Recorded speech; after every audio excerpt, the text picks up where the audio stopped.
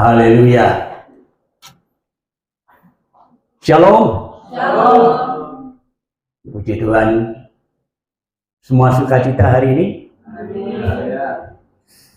Iya, memang suatu hal yang langka. Ya, kalau di dalam kondisi dan situasi yang seperti sekarang ini, masih ada yang bisa bersukacita.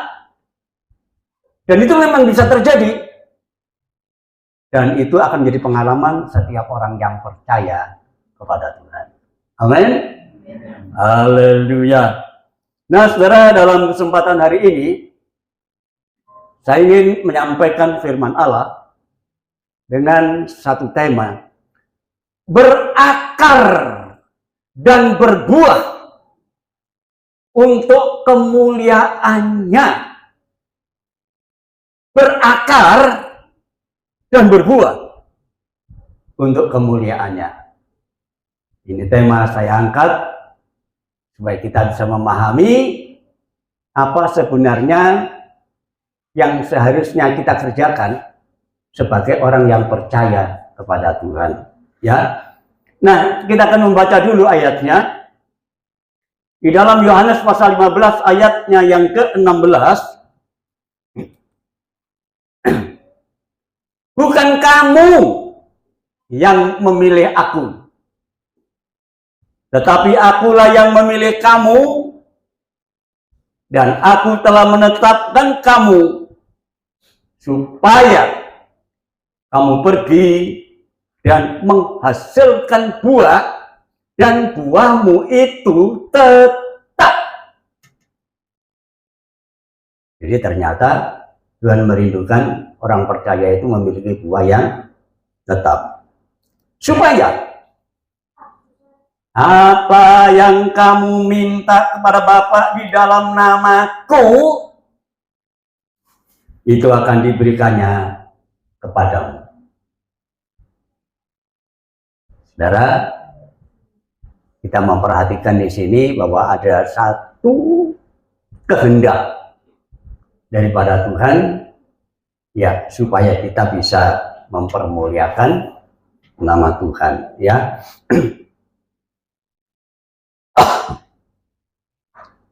Saudara, kalau kita bayangkan kita menjadi anak-anak Tuhan sekarang, ya, itu satu hal yang sangat luar biasa loh, saudara, posisi kita, ya, bahwa kita ini adalah anak-anak Tuhan.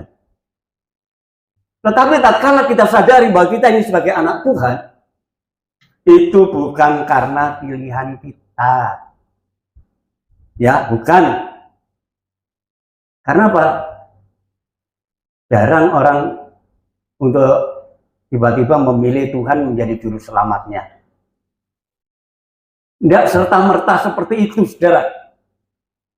Ya, jadi kalau kita sampai mendapat satu predikat yang sangat luar biasa, kita adalah anak-anak Allah, anak-anak Tuhan. Sekali lagi, itu bukan karena pilihan kita, tetapi Tuhanlah yang telah memilih kita. Bukan kamu yang memilih aku, tetapi akulah yang memilih kamu. Ya. Dan itu bisa terjadi. Pilihan itu tergantung respon kita. Respon, tanggapan kita ketika kita mendengar panggilan daripada Tuhan. Bagaimana respon kita ketika kita dipanggil? Karena ternyata Tuhan sendiri mengatakan banyak yang dipanggil, tetapi tidak semuanya dipilih loh. Ya. Baik, kita akan membaca di dalam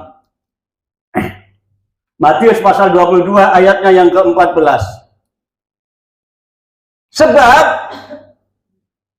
banyak yang dipanggil, tetapi sedikit yang dipilih. Saudara, jadi sekali lagi kalau kita bisa sekarang punya status sebagai anak-anak Allah, sebagai orang-orang yang percaya, sekali lagi itu karena pilihan. Dan pilihan itu tergantung daripada respon kita ketika kita mendengar panggilan. Karena ternyata banyak yang dipanggil, sedikit yang dipilih. Nah, kalau kita menjadi orang-orang pilihan, itu satu hal yang sangat luar biasa. Ya, mengapa kita bisa menjadi umat yang dipilih? Sekali lagi, karena kita memberi respon tatkala kita mendengar panggilan daripada Tuhan. Apa responnya? Yaitu kita percaya dan kemudian menerima Tuhan Yesus sebagai Tuhan dan Juru Selamat kita. Banyak orang yang dipanggil loh, tapi nggak percaya. Nah, kalau kita merespon panggilan Tuhan dan kita percaya akan panggilannya, maka kitalah orang-orang yang punya hak untuk dipilih. Ya, dan tujuan daripada Tuhan memilih kita, memanggil kita dan memilih kita, itu hanya satu.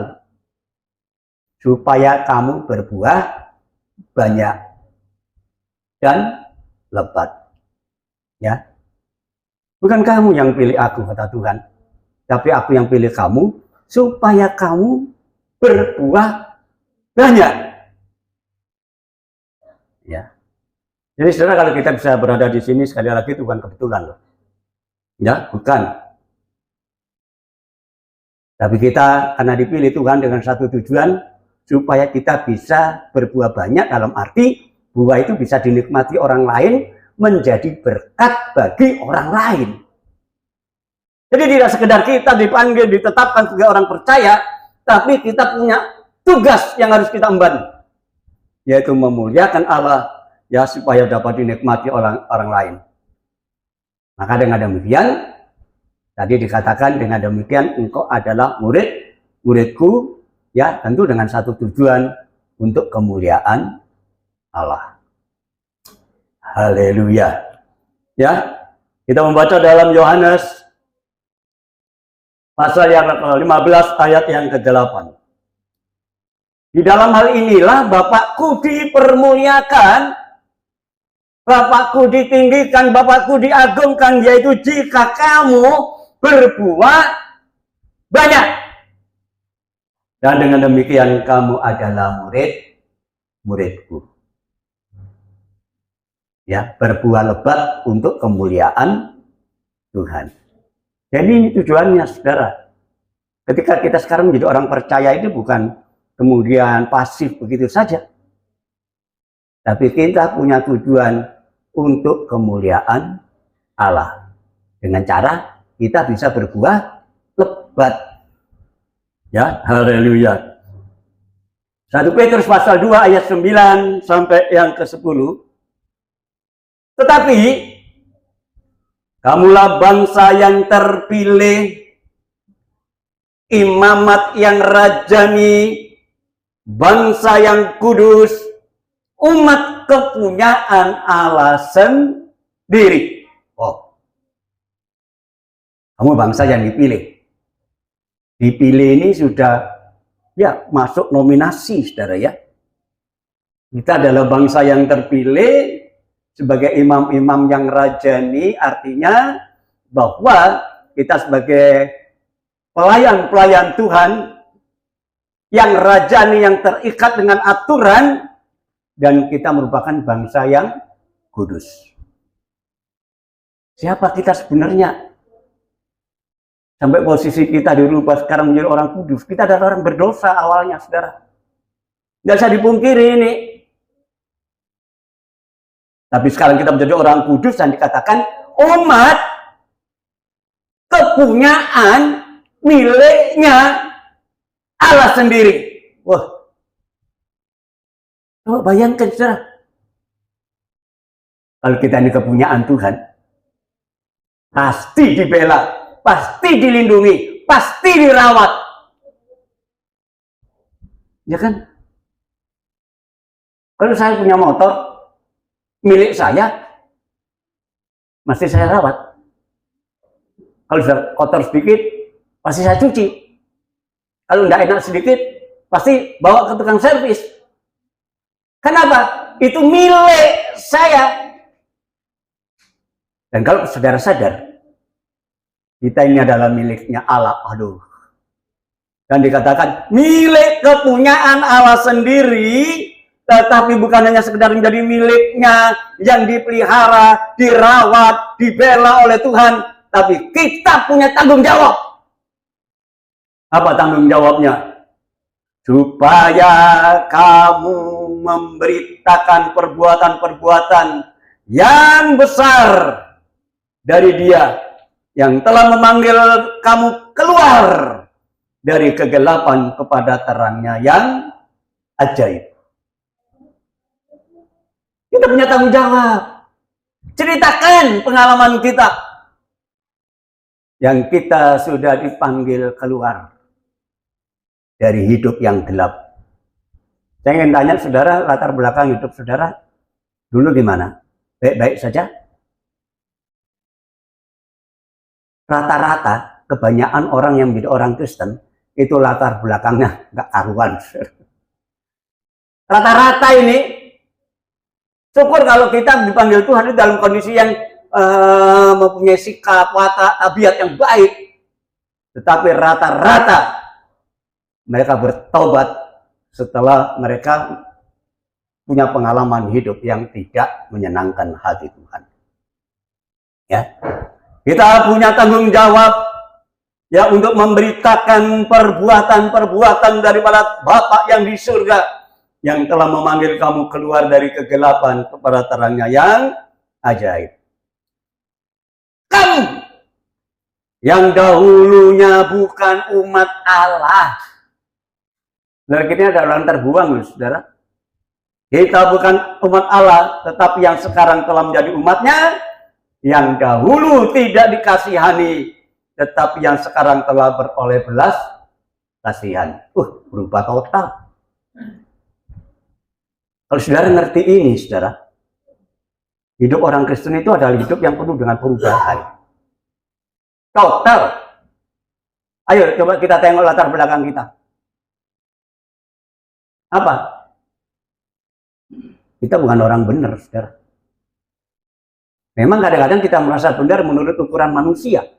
Tapi di hadapan Allah, kita bukan orang benar. Dan orang yang tidak benar itu tidak patut diberikan belas kasihan. Tetapi ternyata Tuhan sudah memberikan belas kasihan kepada kita. Amin. Haleluya. Kita adalah orang-orang yang terpilih. Sekali lagi, terpilih. Terpilih ini sudah melewati seleksi, saudara ya. Kita adalah orang-orang yang terpilih dan menjadi umat kepunyaan Allah sendiri dan memiliki ciri hidup orang Kristen itu adalah hidup yang bisa menampilkan buah. Ya. Jadi kalau orang Kristen itu tidak berbuah, itu sama dengan Kristen mandul. Ya. Mandul, nggak berbuah, ya. Mandul secara rohani dan dia bukan murid Tuhan yang sejati. Jadi murid Tuhan itu harus bisa menampilkan buah, satu tindakan untuk kemuliaan Tuhan. Ya. Karena itulah murid Tuhan yang sudah dipanggil, sudah dipilih, harus bisa menampilkan buah rohani. Ya. Berbuah lebat untuk kemuliaan Allah. Ya. Berakar dan berbuah untuk kemuliaan Allah. Itu tema kita hari ini. Ya. Ayo kita pergi memberitakan perbuatan Tuhan yang besar di dalam karya penyelamatan. Dan untuk bisa menghasilkan buah. Kan orang Kristen harus berbuah. Maka itu harus diawali dengan adanya benih atau bibit dan akar baru berbuah. Ya. Coba bayangkan kalau tidak ada benihnya, bagaimana bisa ada akar? Bagaimana bisa berbuah? ada benih dulu, baru ada akar, dan baru berbuah. Tapi harus ada benihnya dulu. Baru kemudian setelah benih ditabur muncul akar, dan setelah akar kemudian tumbuh tumbuhan, dan kemudian baru menghasilkan buah, terus dinikmati. Ya, jadi saudaraku, nah, Tuhan Yesus memberikan perumpamaan tentang seorang penabur, ya. Di dalam Matius pasal 13 ayat 3 sampai 9. Dikatakan di sana, dan Tuhan Yesus mengucapkan banyak hal di dalam perumpamaan kepada mereka. Katanya, adalah seorang penabur keluar untuk menabur. Jadi dia bawa benih, ditabur. Ditabur itu bukan begini maksudnya. Enggak, namanya ditabur. Disebar. Jadi benih itu di genggaman disebar. Seorang penabur keluar untuk menabur benih. Nah, pada waktu ia menabur, sebagian benih itu jatuh di pinggir jalan. Lalu datanglah burung dan memakannya sampai habis. Jadi benih itu jatuhnya di pinggir jalan. Namanya jalan kan tanahnya tidak gembur. Tanahnya kan padat. Jadi benihnya tidak masuk di atas. Kemudian dikatakan burung-burung memakan sehingga benih itu habis. Gak ada buahnya. Nah, kemudian sebagian lagi jatuh di tanah yang berbatu. Ada tanahnya tipis tapi batunya banyak. Ya. Yang tidak banyak tanahnya, lalu benih itu pun segera tumbuh karena tanahnya tipis. Tumbuh memang, tapi tanahnya tipis. Tetapi sesudah matahari terbit, layulah ia dan menjadi kering karena tidak berakar. Tanah jalanan gagal. Tanah berbatu gagal. Tidak bisa menikmati buah. Nah, sebagian lagi jatuh di tengah semak duri. Di gerombolan semak-semak gitu ya. Lalu makin besarlah semak itu. Bukan benih itu tumbuh dan berbuah makin besar. Tidak. Tapi semaknya yang semakin besar menghimpitnya sampai mati. 3 lokasi, tanah jalanan, tanah berbatu, dan tanah bersemak duri gagal semua. Benih ada, benih sudah ditaburkan, tapi gagal karena tanahnya. Ya, tapi sebagian jatuh di tanah yang baik, lalu berbuah. Tanah yang baik itu bukan tanah jalanan, tanah gembur, tidak ada batunya, tidak ada semaknya, khusus tanah yang baik. Maka dikatakan, lalu berbuah. Ada yang 100 kali lipat, ada yang 60 kali lipat, dan ada yang 30 kali lipat. Memang buahnya nggak sama. Masing-masing nggak sama. Tapi yang penting bahwa benih itu berbuah. Berbuah. Dan untuk bisa dinikmati banyak orang. Ya. Kalau sudah berbuah kan dinikmati. Nah, Tuhan ingin hidup kita pun demikian sebenarnya. Ya, supaya kita bisa dinikmati oleh banyak orang, artinya kita bisa menjadi berkat bagi banyak orang, bukan hanya menjadi batu sandungan. Siapa yang bertelinga? Siapa yang punya telinga? Hendaklah ia mendengar. Jadi saudaraku, ini satu tantangan. Kalau saudara merasa punya telinga, baiklah saudara mendengar. Ya. Jadi saudara ada benih yang ditabur, dan kemudian benih itu mempunyai akar, dan akar itulah yang menentukan pembuahan. Benih, akar, dan akhirnya berbuah. Nah, apa artinya ini perumpamaan ini? Tuhan Yesus sendiri yang kemudian menjelaskan arti perumpamaan itu. Kita tidak usah mereka-reka, apa maksudnya ini, apa maksudnya itu. Tidak. Tetapi Tuhan sendiri yang kemudian menjelaskan arti perumpamaan itu. Ya, dalam Matius pasal yang ke-13 ayat 18 sampai 22. Dikatakan di sana, karena itu dengarlah arti perumpamaan penabur itu. Kepada setiap orang yang mendengar firman tentang kerajaan sorga. Jadi firman itu benih itu yang disampaikan, tetapi tidak ngerti-ngerti.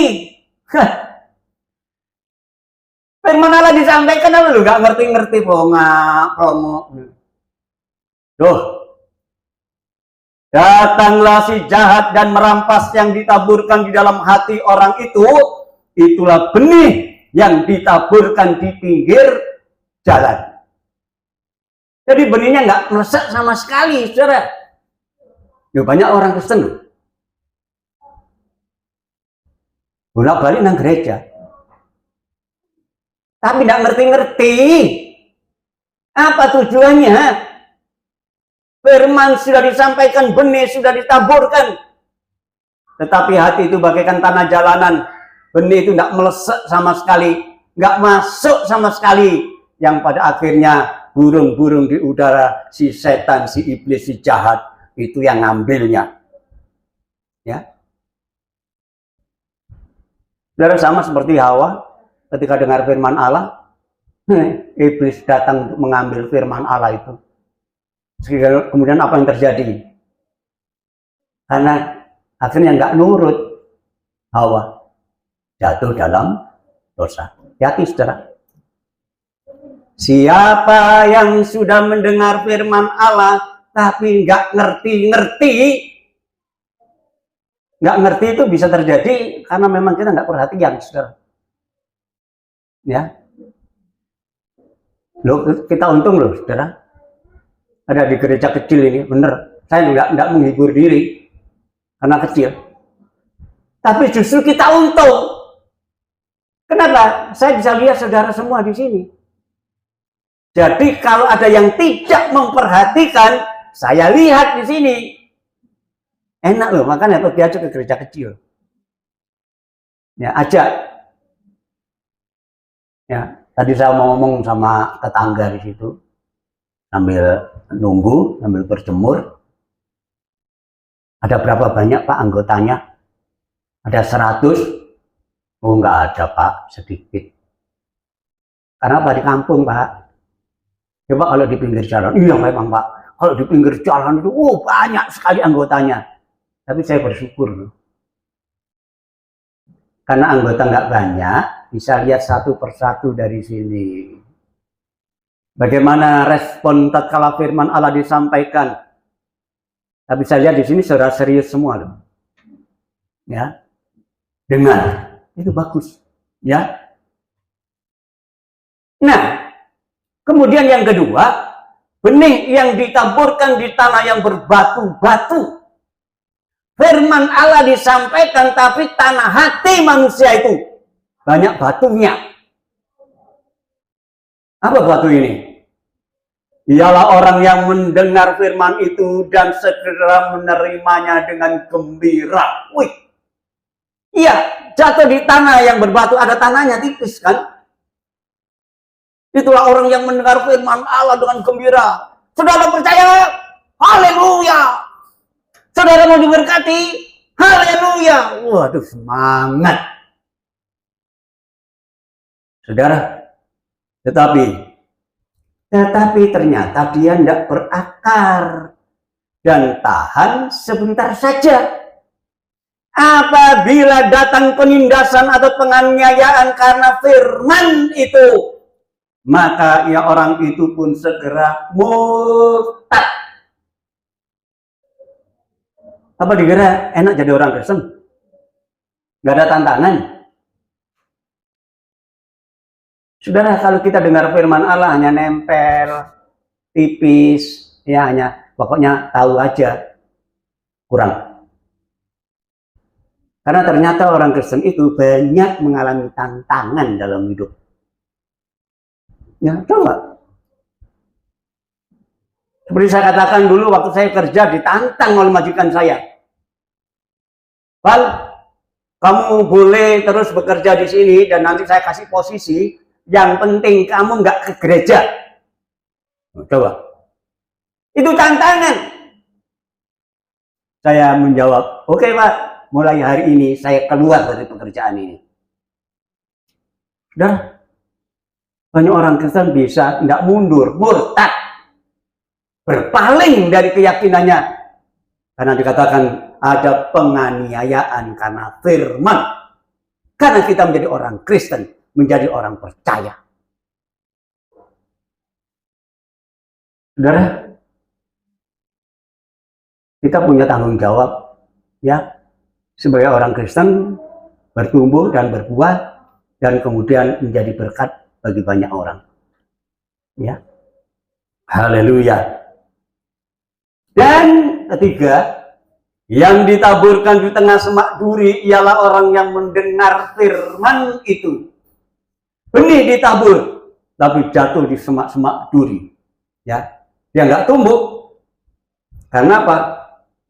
Semak duri menghimpitnya. Lalu dikatakan kekhawatiran dunia ini dan tipu daya kekayaannya menghimpit firman itu sehingga dia tidak berbuah. Hati saudara, khawatir. Dari orang Kristen tertindih dengan kekhawatiran hidup ini. Saudara, kalau saudara percaya bahwa hidup kita sudah di dalam tangan Tuhan, Tuhan Yesus pernah berkata, Bapakmu di surga itu ngerti kebutuhanmu. Sebab itu jangan kamu khawatir tentang apa yang kamu makan, kamu minum, kamu pakai. Itu semua dicari oleh bangsa-bangsa yang tidak mengenal Allah.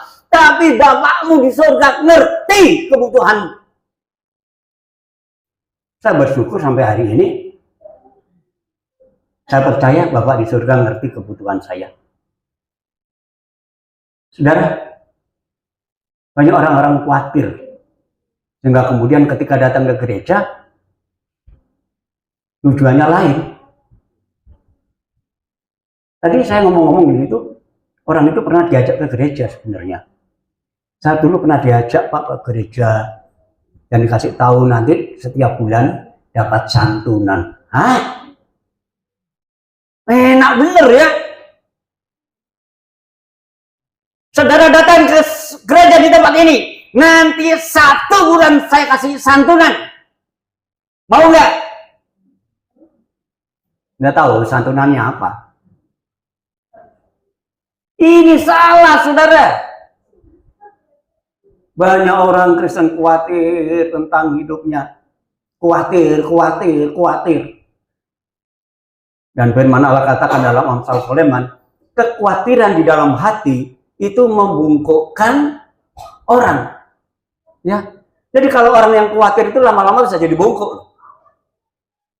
Khawatirnya sedikit sih lumayan, bungkuknya sedikit. Tapi tambah lagi khawatir, bungkuk lagi. Tambah lagi khawatir, tambah bungkuk lagi. Nah, bongkok terus, yang dilihat cuma di bawah. Di bumi ini. Bukan mendongak ke atas. Orang hidupnya cuma mikir duniawi. Dunianya akan lenyap, saudara. Makanya Tuhan berkata, berpada dengan apa yang ada. Nikmati saja berkat Tuhan. Dan saya yakin Tuhan tidak akan pernah meninggalkan kita kok, kalau kita percaya kepada Tuhan. Kenyataannya sampai hari ini, saya nggak punya pekerjaan, tapi Tuhan tetap memelihara. Tuhan tahu caranya memelihara. Tapi bukan berarti kita tidak boleh kerja, tidak perlu kerja ya. Kan saya sudah kerja juga sebagai hamba Tuhan. Enak, nggak pakai kerja, dicukupkan kebutuhan, itu namanya malas. Ya, pemalas tidak akan pernah mendapatkan rezekinya. Kerja, apa saja dengan satu keyakinan, ya Tuhan pasti memberkati kita. Jadi jangan terus khawatir, ya ke gereja datang cuma nggak ada senangnya belas itu. Khawatir aja. Besok makan apa ya? Besok makan apa ya? Ya saya ini tidak pernah mikir besok itu makan apa. Tidak pernah, bener tidak pernah. Karena yang mikir istri saya. Besok masak apa ya? Senengnya bapak ayo mau pecel, gawe no pecel. Oh sambal tumpang, dikaitkan sambal tumpang loh. Saya nggak pernah mikir loh. Enak ya jadi suami ya. Istri yang mikir. Ya, tapi dalam arti tidak perlu khawatir tentang hidup ini. Ya, yang ditaburkan di tengah semak duri ialah orang mendengar, sudah mendengar firman itu, tetapi kekhawatiran di dalam dunia ini menghimpitnya dan tipu daya kekayaan. Ingin sugih. Siapa yang tidak ingin kaya, saudara? Ayo, siapa yang mau kaya? Kayak apa? Iya, saudara, usaha manusia itu sia-sia karena Tuhanlah, berkat Tuhanlah yang menjadikan kita kaya. Susah payah tidak bisa nambahi, saudara. Tapi yang penting bagaimana ketika benih firman Allah itu disampaikan. Ayo kita perhatikan, jangan sampai kita nggak ngerti, saudara. Ya, si pembicara, si pengkhotbah berusaha suatu firman Allah itu bisa dipahami, bisa dinikmati. Tapi banyak orang-orang Kristen yang mendengar firman Allah nggak bisa menikmati. Karena apa? Nggak ngerti-ngerti. Terkadang bukan hanya nggak ngerti, karena hatinya sudah tersumpal dengan kekhawatiran di dalam hidup ini. Sehingga firman Allah yang disampaikan sama sekali nggak digubris. Kesetiaannya hanya ya karena rutinitas saja. Hati, saudara ya. Dan dikatakan selanjutnya, ya, yang ditaburkan di tanah yang baik. Tanah yang baik, bukan tanah jalanan, bukan tanah yang berbatu, bukan tanah yang ada semak durinya, tapi tanah yang subur. Yang ditaburkan di tanah yang baik ialah orang yang mendengar firman itu dan kemudian mengerti, paham. Ya, kenapa bisa ngerti? Kenapa bisa paham? Karena memperhatikan. Ya, coba kalau kita tidak perhatian, firman Allah disampaikan, sibuk buka YouTube, sibuk buka Facebook, sibuk buka WhatsApp, apalagi TikTok. Ya supaya nggak kedengaran pakai headset ya. Jadi nggak ngerti-ngerti karena apa? Kurang perhatian. Yang ditaburkan di tanah yang baik ialah orang yang mendengar firman itu dan kemudian mengerti, paham dan mengerti. Dan karena itu ia berbuah. Ada yang 100 kali lipat, ada yang 60 kali lipat, ada yang 30 kali lipat. Banyak beda-beda. Di antara saudara saja, ada yang bisa pimpin pujian, ada yang melayani, yang lain, ya, saudara. Tapi paling tidak itu muncul buah, ya. Tapi kadang-kadang banyak orang kepinginnya apa ya, melayani itu yang, wah, kelihatan menonjol ya. Kalau pimpin pujian kan menonjol, Wah, di depan gitu ya. Yang lain. Tapi yang enggak bersih-bersih. Setiap Sabtu itu, saya lihat Tarita ini, mesti bersihkan ini semua. Disapu, dipel, sama kamar mandi semua. Setiap Sabtu saya lihat sendirian. Nggak ada yang tahu, nggak ada yang lihat, tapi Tuhan ngerti. Ya kan? Dia nggak pernah cerita-cerita kan? Kamu pernah cerita, Tarita? Sama orang lain kalau kamu ngepel-ngepel di sini? Kan enggak. Nah, tinggal yang sekarang mendengarin, tak bantu nih. Nah, gitu kan. Kemarin juga saya lihat, kamu sendirian. Iya. Habis kebetulan kamu udah semua pulang, dia mesti tinggal nyapu-nyapu, kamar mandi semua dibersihkan gitu. Ya, sudah berbuah. Kenapa? Setelah mendengar firman Allah, mengerti dan berbuah, dan buahnya itu memang tidak sama ya, satu dengan yang lain, tergantung pemahamannya, ada yang 100, ada yang 60, ada yang 30, paling tidak bisa menampilkan buah. Ya, berbuah. Nah, sekali lagi bahwa tanah itu, sebenarnya tanah yang bisa menghasilkan buah itu menyangkut sikap hati kita ini, saudaraku ya. Hati, ya. Bagaimana tanah hati kita menyambut benih itu? Ketika ditaburi benih, taburi firman, bagaimana sikap tanah hati kita? Lembut, ada banyak batunya, atau seperti tanah jalanan, atau seperti tanah bersemak. Tergantung hati kita bagaimana tatkala kita mendengar benih firman Allah itu disampaikan. Respon kita gimana? Ya, sehingga kemudian dari benih yang tertanam itu tumbuh akar. Ya, nah setelah tumbuh akar, selanjutnya saudara maka akan menampilkan buah. Jadi penting sekali, seharusnya sebagai orang Kristen itu ketika dia datang ke gereja, bukan hanya sekedar kewajiban, bukan hanya sekedar kebiasaan, oh minggu ke gereja, tidak cukup begitu. Tapi dengan satu tujuan utama, aku datang ke gereja untuk mendengar firman-Nya. Tanah hati ini disiram oleh benih firman Allah. Dan kemudian firman Allah itu tertanam di dalam hati kita, berakar, tumbuh, dan kemudian menghasilkan buah. Nah, sebab itu masukkan firman Allah di hati, saudara ya. Jangan cuma di ingatan. Oh, aku hafal. Ya. Saya dulu hafal banget firman Allah. Ya, sekarang sudah banyak berkurang karena usia ya. Tapi dulu hafal. Ya.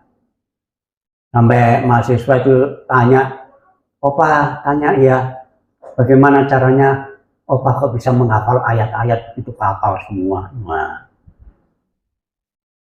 Ya kan? Pernah itu terjadi. Saya cuma jawab gini aja. Gampang. Gampang gimana, Pak? Saya menghafal nggak hafal-hafal. Gampang. Nanti kalau kamu praktek, minta kepada bagian kemahasiswaan, minta praktek di tempat pendeta yang suka bertengkar dengan istrinya. Loh, kok gitu, Pak? Iya, kalau pendeta itu bertengkar dengan istrinya, pasti ayat firman Allah yang keluar. Benar kan? Ayo. Kan suatu saat pernah terjadi pertengkaran. Istrinya minta antar belanja.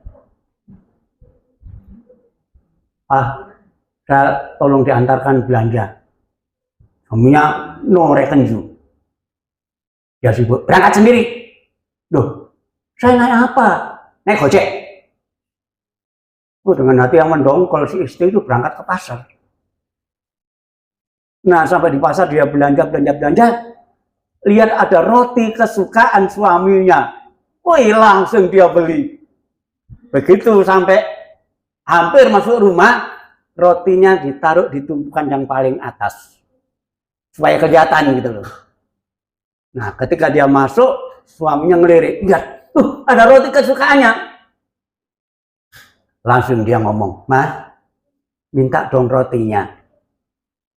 Jawab istrinya, ayat firman Allah keluar, "Jangan mengingini milik sesamamu manusia." Ya kan? Iya, Ma. Tapi kan firman Allah mengatakan, mintalah pasti kamu akan diberi, carilah pasti kamu akan mendapat. Istrinya jawab, orang yang tidak bekerja tidak patut makan. Loh, kan ayat semua keluar. Ya, Ma. Tapi kan firman Allah mengatakan, berilah kepada saudaramu yang meminta membutuhkannya. Terus akhirnya istrinya, ya udah, diambilkan roti itu. Nih, dan pergilah. Mulai sekarang jangan berbuat dosa lagi. Itu semua ayat-ayat firman Allah yang keluar. Makanya kalau praktek, minta di tempat pendeta yang suka bertengkar dengan istrinya. Pasti yang keluar itu ayat-ayat firman Allah. Tetapi firman Allah mengatakan, jangan hanya sekedar hafal ayat firman Allah, tapi ngerti, itu yang penting, saudara. Hafal aja percuma, tapi nggak ngerti-ngerti, nggak paham apa maksudnya. So itu dengar baik-baik. Ketika firman Allah itu disampaikan, pahami, renungkan, ya. Dan orang yang merenungkan firman itu adalah orang yang paling berbahagia. Ya. Jadi saudaraku, masukkan firman Allah di dalam hati kita, bukan di otak. Sekali lagi, ingatan bisa hilang. Tapi kalau firman taruh di hati, itu akan mengubah hidup kita dan mempengaruhi perilaku kita. Ya. Nah, itulah sebabnya kalau ada firman Allah disampaikan, kalau memang bisa nyatet, ya nyatet. Tapi sekarang saya jarang nyatet itu ya. Alkitab aja sudah nggak bawa kok. Siapa yang bawa Alkitab di sini? Oh, ada. Wah, ini Bu Yuni bawa Alkitab. Mas satu-satunya ini ya. Oh, dua. Puji Tuhan. Tapi rata-rata bawa HP kan. Tapi puji Tuhan, masih ada yang menghargai Alkitab. Renungkan firman Allah itu. Dengar dan pahami, saudaraku. Ya, tidak hanya sekedar mendengar saja, ya. Sekali lagi bahwa pembuahan itu terjadi karena akar. Karena adanya akar yang tumbuh kuat. Dan akar terjadi karena ada benih yang tertanam, ya. Dan benih itu adalah firman Allah, ya. Jadi kalau tidak ada respon yang baik, tanggapan yang baik ketika kita mendengar firman, tidak mungkin berbuah. Nah, sebab itu siapapun yang menyampaikan firman Allah, yang penting itu firman yang disampaikan, bukan dirinya sendiri yang disampaikan. Ya, banyak orang-orang yang begitu di atas mimbar menyaksikan kesuksesannya, keberhasilannya. Aku bisa terbang ke sana, aku bisa terbang ke sini, kekayaanku begini. Bukan itu. Orang yang berdiri di balik mimbar harus sampaikan firman Allah. Sekali lagi, siapapun yang menyampaikannya, asal yang disampaikan itu adalah benih firman Allah, hargai. Dan saya yakin yang diberkati adalah saudara, bukan orang lain. Ya. Nah, sekali lagi peranan di hati kita itu penting, ya. Kita membaca di dalam Amsal pasal 4 ayat yang ke-23. Jagalah hatimu dengan penuh kewaspadaan, karena dari situlah terpancar kehidupan. Jaga hati. Jangan sampai diisi hal-hal yang tidak menyenangkan hati Tuhan, tapi isilah dengan firman, benih yang ditaburkan. Ya, supaya kemudian benih itu bisa bertumbuh dan berbuah bagi kemuliaannya. Ya, 2 Korintus pasal 4 ayatnya yang ke-6 dikatakan di sana. Sebab Allah yang telah berfirman, dari dalam gelap akan terbit terang. Kondisi bagaimanapun hati kita, kalau firman Allah itu ada di dalam diri kita, pasti itu akan menjadi terang. Ia juga yang membuat terangnya bercahaya di dalam hati kita. Aduh, kalau hidup ini diterangi oleh firman Allah itu sangat dahsyat, saudaraku ya. Nah, supaya kita beroleh terang dan pengetahuan tentang kemuliaan Allah yang nampak pada wajah Kristus. Jadi kalau firman Allah itu ada di dalam hati kita, maka hati kita akan menjadi terang. Ya, kalau hati sudah terang, oh luar biasa. Ya, saudara ya. Baik, kita akan baca Amsal Sulaiman pasal 12 ayat yang ketiga. Orang tidak akan tetap tegak karena kefasikan. Orang jahat tidak akan pernah berdiri tegak. Tetapi akar orang benar tidak akan goncang. Saudara, kalau kita hidup menghargai firman Allah, maka akar yang tumbuh di hati kita itu tidak akan goncang, bahkan bisa bertumbuh, berbuah lebat bagi kemuliaannya. Sekali lagi Tuhan ingin benih itu bisa tertanam di hati kita, berakar, sangat kokoh dan kuat, dan kemudian bertumbuh, berbuah untuk menjadi alat kemuliaannya. Ya, Kolose pasal yang kedua ayat 6 sampai yang 7. Kamu telah menerima Kristus Yesus. Kamu sudah percaya. Ketika kamu dipanggil dan kemudian kamu dipilih, kamu menghargainya, maka kamu telah menerima Kristus Tuhan kita. Karena itu hendaklah hidupmu tetap di dalam Dia. Jangan goyah. Apapun yang terjadi, saudara. Kita lihat kondisi zaman sekarang ini, kondisi negara kita yang sedemikian rupa. Tapi saudara yang sudah menerima Kristus, jangan sampai goyah.